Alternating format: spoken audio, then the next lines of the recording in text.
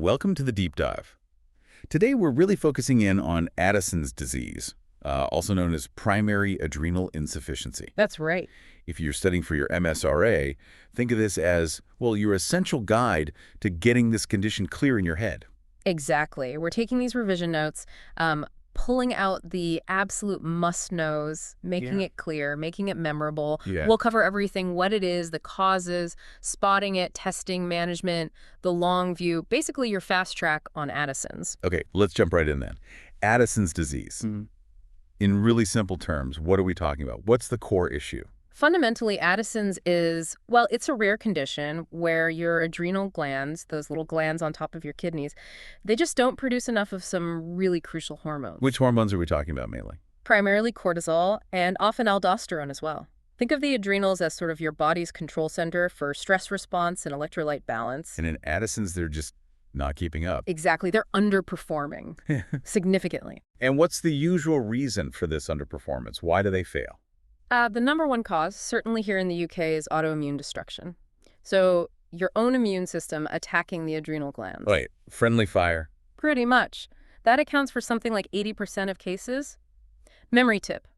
Autoimmune think attack itself at the auto level. It's a key point to remember. Autoimmune attack. Got it. Yeah. Now, you mentioned different types in the notes. Primary, secondary, tertiary. Why is that distinction important? Yeah, that's really key. It helps you understand where the breakdown is happening, and sometimes it affects the symptoms you see. Okay. So primary Addison's, the problem is the adrenal glands themselves, usually that autoimmune attack we mentioned. Right. Secondary adrenal insufficiency, the issues upstream. The pituitary or hypothalamus isn't sending enough ACTH, the signal, to tell the adrenals to work. Okay. The signal's weak. Exactly. And then tertiary insufficiency is even further up. The hypothalamus isn't making enough CRH to tell the pituitary to release ACTH. Often that's linked to long-term steroid use that's been stopped. So knowing the type pinpoints the fault in the chain. Precisely. Key insight. Knowing the type helps pinpoint where the hormonal pathway is breaking down. It guides your thinking. And the notes also mentioned acute versus chronic presentation. Yes. Addison's can creep up on you, Chronic symptoms may be a bit vague, developing slowly over time. But it can also hit suddenly. Absolutely. It can present as a life-threatening adrenal crisis, especially if someone with underlying Addison's faces a major stress, like an infection or surgery, and their body just can't produce that surge of cortisol it needs. Think. Chronic equals creeping. Crisis equals catastrophic. You mentioned stopping long-term steroids, potentially causing tertiary insufficiency. That stood out. Why is stopping them abruptly such a risk? Well, when you're on external steroids for a long time, your body's own system, the hypothalamic pituitary adrenal axis, or HPA axis, it basically gets lazy. It dials down its own production of CRH and ACTH. Because it's getting the steroids from outside. Exactly. It becomes reliant. So if you suddenly pull the plug on those external steroids, your own system isn't primed to kick back in immediately. It's suppressed. Like a muscle that's not been used. That's a great analogy. It's weak. And it can't suddenly produce enough cortisol on its own, leading to tertiary insufficiency. That's why tapering steroids is so important. Okay, let's dig a bit more into the why, the etiology. Autoimmune is the big one, 80%. What else is on the list? Yeah, autoimmune is the main player. But other primary causes, things directly invoking the adrenals, include infections. TB used to be a major cause historically. Still is in some parts of the world, right? Definitely. And HIV can also affect the adrenals. Then you have adrenal tumors, though less common as a cause of insufficiency. Certain genetic disorders, too, like congenital adrenal hyperplasia. Okay. And as we just discussed, that issue with prolonged corticosteroid use leading to secondary or tertiary problems when stopped. And just to be clear on secondary causes again. Secondary is about dysfunction higher up pituitary or hypothalamus. So tumors in those areas, head trauma, surgery affecting those glands, anything that stops enough ACTH being produced.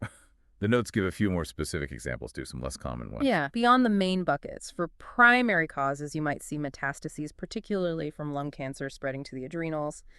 Meningococcal septicemia, that's Waterhouse-Friderichsen syndrome. Right. HIV can directly cause adrenalitis, and a phospholipid syndrome is another one. And for secondary, it really boils down to pituitary issues or that exogenous steroid therapy. Okay, so let's nail down the key etiology takeaways for revision. High yield points.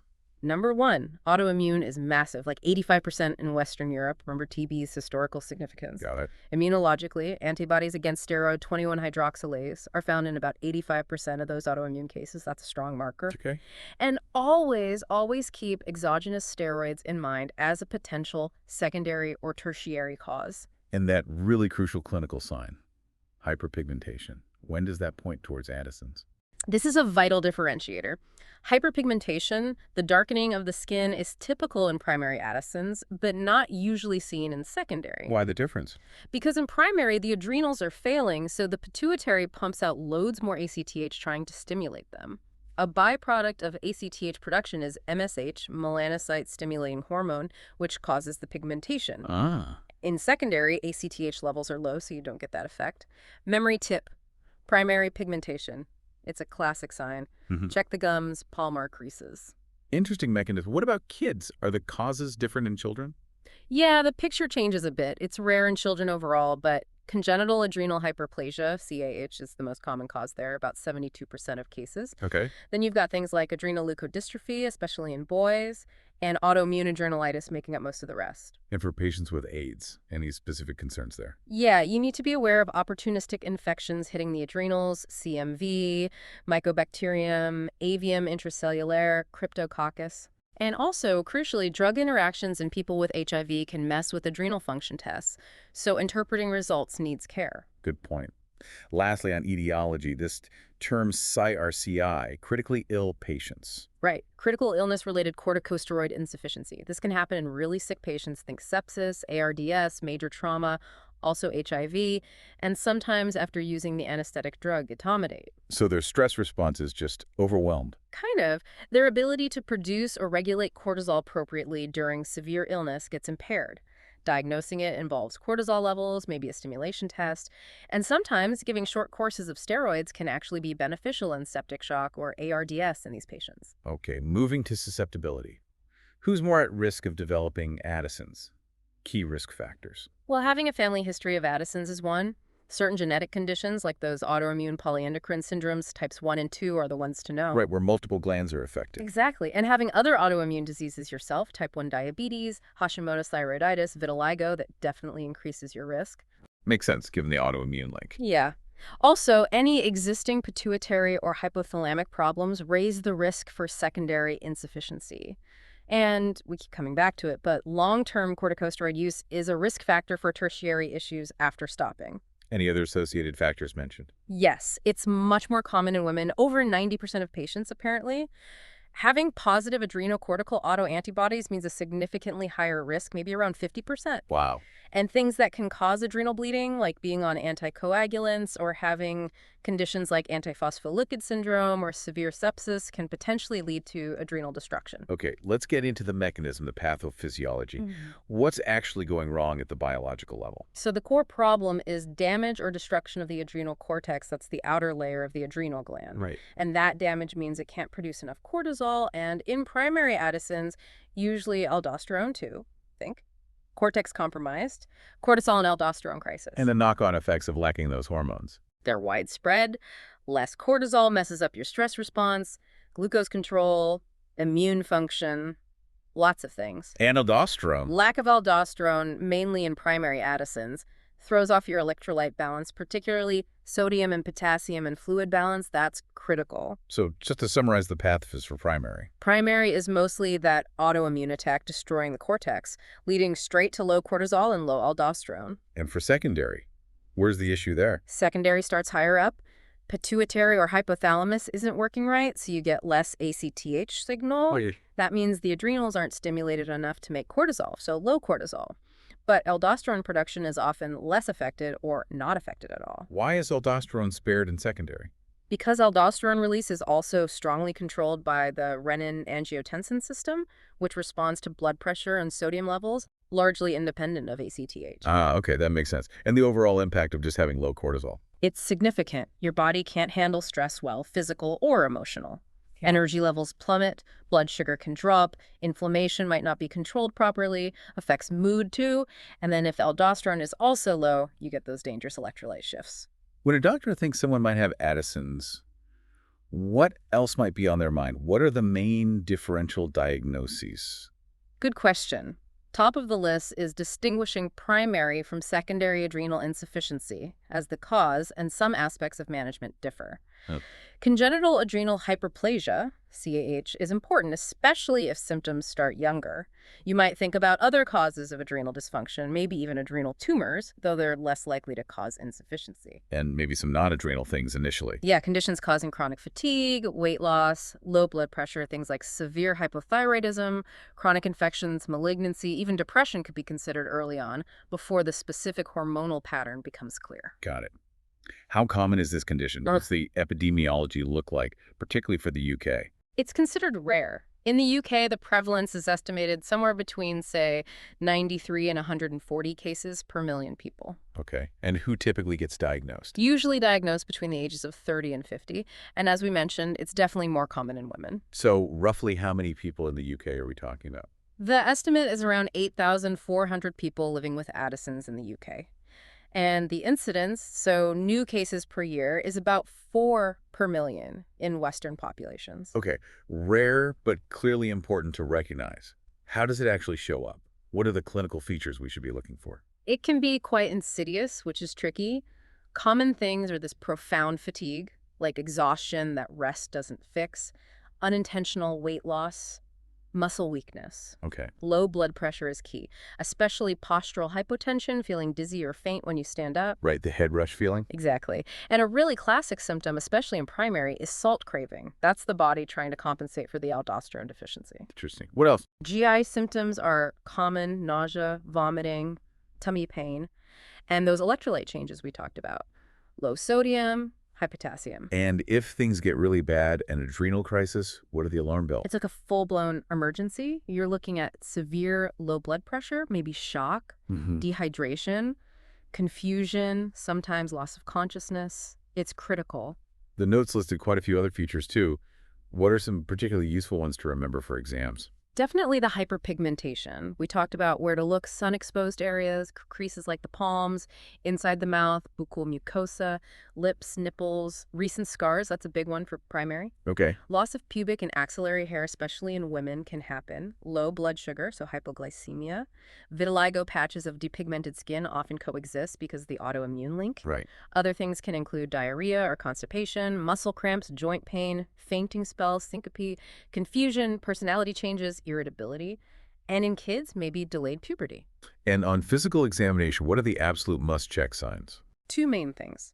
Look carefully for that hyperpigmentation in the classic spots, and measure the blood pressure lying down, and then immediately upon standing to check for that postural drop, typically a drop of 20 millilHg systolic or 10 millilHg diastolic is significant.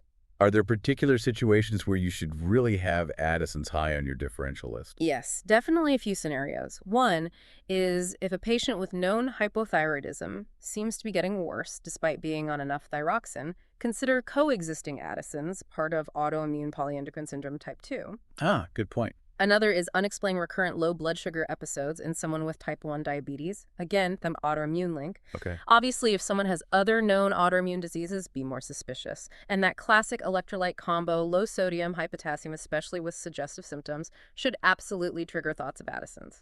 Okay, so the suspicion is high based on the clinical picture. What's the definitive test? How do we confirm it? The key investigation, the one that really nails the diagnosis of primary adrenal insufficiency, is the ACTH stimulation test. It's often called the short synacthin test. Right, synacthin. How does that actually work? What are we measuring? Okay, so you take a baseline blood sample to measure the plasma cortisol level.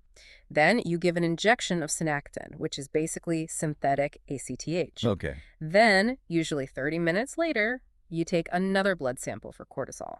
In someone with healthy adrenals, that synacthin injection should cause a big jump in their cortisol level. But in Addison's? In primary Addison's, the adrenals are damaged, so they can't respond properly to the ACTH signal. The cortisol level will stay low or only rise very slightly. A failure to reach a certain level, often around 497 to 550 nanomoles per liter, depending on the lab, confirms insufficiency. And you can check for those antibodies too. Yes, you can also test for anti-21 hydroxylase autoantibodies. If they're positive, it strongly points towards an autoimmune cause for primary Addison's. What if you can't do the synactin test straight away? Is there a useful first step?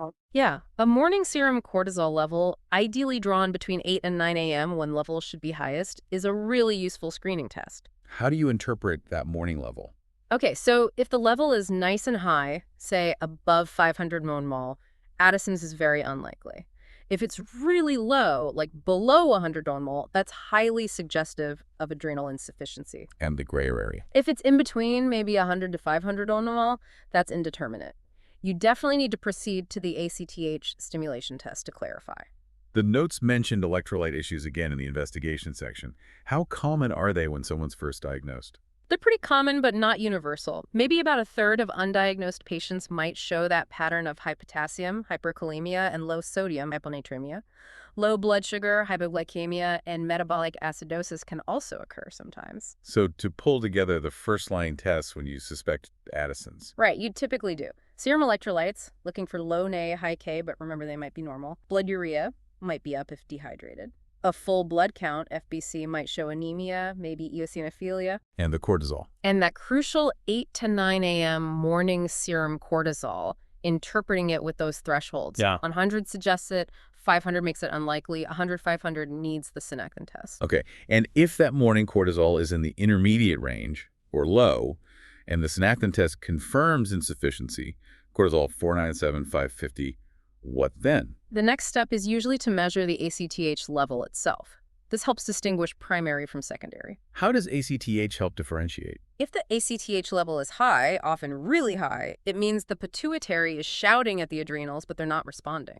That points strongly to primary Addison's adrenal gland failure. And if ACTH is low? If the ACTH is low or inappropriately normal despite the low cortisol, it suggests the problem is upstream, the pituitary isn't sending the signal. That points to secondary adrenal insufficiency. What about measuring aldosterone? When does that come in? Aldosterone levels, often measured alongside renin levels, can be helpful, especially if the ACTH result is a bit borderline or unclear. Low aldosterone with high renin strongly supports primary Addison's. In secondary, aldosterone is usually normal because its regulation isn't solely dependent on ACTH. And imaging. When do you scan the adrenals? Adrenal CT or MRI is usually reserved for cases of confirmed primary insufficiency where the cause isn't obviously autoimmune, A and G negative antibodies. You'd look for things like adrenal enlargement, masses, calcification suggesting old TB or atrophy. Are there other tests maybe needed to find the specific underlying cause? Yeah, depending on the picture. We mentioned adrenal autoantibodies for autoimmune cause, chest x-ray maybe for lung cancer mets, abdominal x-ray for calcification, TB. And if you suspect secondary? If you suspect a central cause, low ACTH, you'd need an MRI of the pituitary and hypothalamus to look for tumors or other lesions. You'd probably also check other pituitary hormones, TSH, prolactin, gonadotrophins, to look for wider pituitary failure, panhypopituitarism. Any specific tests for certain groups? Yes, in young males presenting with adrenal insufficiency, it's really important to screen for adrenoleukodystrophy by measuring very long-chain fatty acids. Okay. And finally, associated diseases. Does Addison's often travel with other conditions? Absolutely. Because autoimmune is the most common cause, it frequently partners up with other autoimmune conditions. Like what? Thyroid problems are common: Hashimoto's or Graves', type 1 diabetes, pernicious anemia, vitiligo, premature ovarian failure in women. And those polyglandular syndromes. Exactly. Patients might fit into polyglandular autoimmune syndrome, type 1, Addison's, hypoparathyroidism, chronic candidiasis, or type 2, Addison's, autoimmune thyroid disease, and or type 1 diabetes. Always worth screening for related conditions. Right, okay. We've thoroughly covered diagnosis. Yeah. Now the crucial part, how do you manage Addison's disease? Management is all about lifelong hormone replacement therapy. That's the absolute cornerstone. Replacing what's missing. Precisely. You need to replace the deficient glucocorticoid, which is usually done with hydrocortisone because it's chemically identical to natural cortisol. And if aldosterone is also low, like in primary? Then you also need mineralocorticoid replacement, typically with a drug called fludrocortisone, to manage salt and water balance. How do you figure out the right doses and schedule? That's key. It has to be individualized. The dose of hydrocortisone usually split into 2 or 3 doses a day, and the dose of fludrocortisone, usually once a day, are adjusted based on the patient's symptoms, blood pressure, electrolytes, and overall well-being. So regular monitoring is essential. Absolutely. Regular follow-up with an endocrinologist is needed to fine-tune the doses, and huge emphasis on patient education, stress management, adjusting doses during illness, and critically, having an emergency hydrocortisone injection kit and knowing how to use it. Let's focus on primary Addison's management. What's the standard replacement regimen look like? So for primary, you need both glucocorticoid and mineralocorticoid. Hydrocortisone is typically given orally, aiming to mimic the body's natural rhythm. Maybe 15-30 milligram total per day, often split like 10 milligram morning, 5 milligram lunchtime, 5 milligram late afternoon. And the fludrocortisone? Fludrocortisone is usually once daily, maybe 5,300 micrograms, dose adjusted based on blood pressure and electrolytes, especially potassium. And patient education is vital here. Paramount. They must understand they can't miss doses. They need to carry a steroid emergency card, wear a medical alert bracelet or necklace.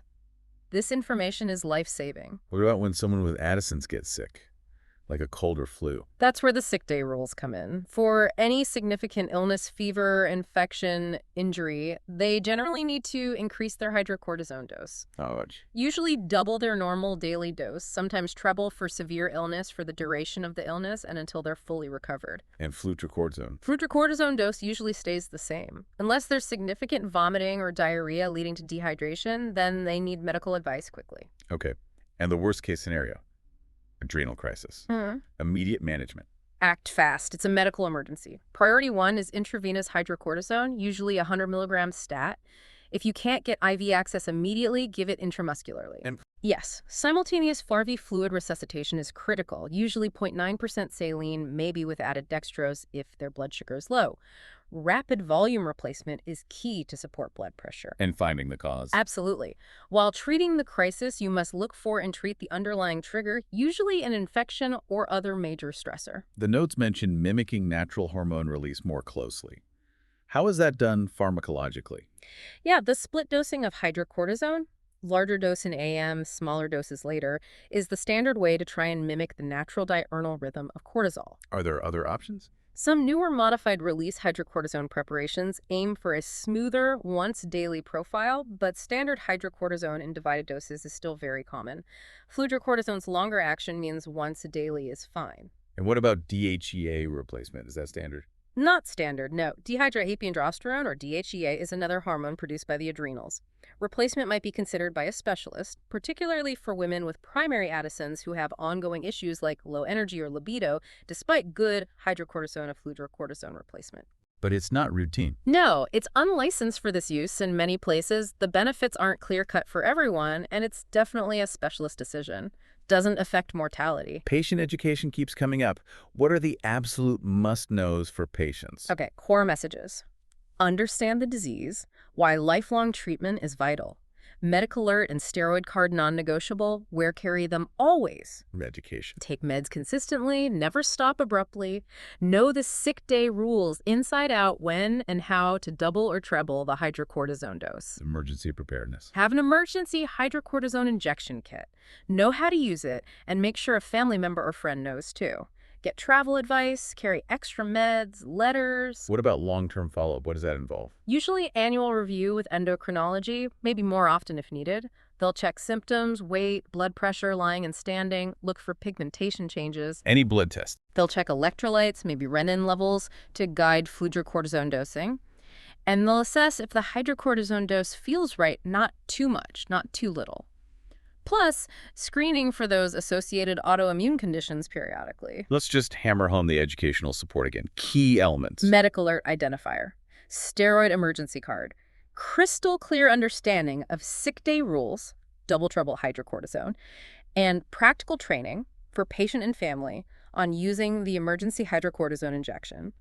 That last one can literally be a lifesaver. Okay, let's quickly revisit adrenal crisis management just to lock it down. Right. Acute, life-threatening, often worse in primary due to lack of both cortisol and aldosterone. Think profound hypotension, shock, confusion, maybe abdominal pain, fever. Treatment priorities. Immediate IV hydrocortisone, 100 milligram, and rapid 5e fluids, 0.9% saline plus dextrose. Don't delay. Find and treat the cause. Expect blood pressure to start improving within hours if treated properly. And who's typically in charge of managing Addison's long-term? Initial diagnosis and major changes are usually by an endocrinologist, But once someone's stable and well-educated, the GP often handles repeat prescriptions and advises on sick day rules, liaising with the specialist team as needed. It's a team effort. What's the general outlook for someone diagnosed with Addison's? What's the prognosis? With proper lifelong hormone replacement and good self-management, the prognosis is generally very good. Normal lifespan. Yes, most people can expect to lead full, active lives with a normal life expectancy. The outcome can depend a bit on the underlying cause and any other health issues, of course. Are there any caveats? Well, there is an increased mortality risk associated with adrenal crises, especially in younger patients if triggered by severe infection and not treated quickly. So, preventing crises through education and prompt action is vital. But overall, with good care, the outlook is favorable. And if it's not managed well, or goes untreated, what are the main complications we worry about? The biggest, most immediate danger is adrenal crisis. It's a major cause of hospital admission for people with Addison's and can be fatal if treatment is delayed. What about longer-term issues? Reduced quality of life is a significant factor. That persistent fatigue can really impact daily activities, work, social life. Loss of libido can occur. The fear of recurrent crises can cause anxiety. Anything else? There's a potential risk of osteoporosis, possibly linked to the steroid replacement itself, though using physiological doses of hydrocortisone aims to minimize this. Low adrenal androgens might also play a role in bone density, particularly in women, but that's still being researched. Okay, that's a comprehensive run-through. Let's try and boil it all down. What are the absolute key takeaways for someone revising Addison's? Right, core points. Addison's insufficient adrenal hormones, cortisol plus aldosterone. Most common cause in UK is all autoimmune. Presents with fatigue, weight loss, low BP, salt craving, hyperpigmentation in primary. Diagnosis and management. Diagnosis confirmed by ACTH stimulation test, short synacthin. Management lifelong hydrocortisone, plus fludrocortisone if primary. And the critical bit. Adrenal crisis awareness. Patients and families must recognize the signs and know how to give emergency hydrocortisone. That's absolutely crucial. Fantastic summary. Really vital information, especially for anyone facing MSRA exams, but also just for clinical practice. Thanks for walking us through all that. My pleasure. And for all of you listening and revising, don't forget to check out the resources over at Pathophysiology.com and also freemsra.com for more MSRA preparation help. Join us next time for another deep dive.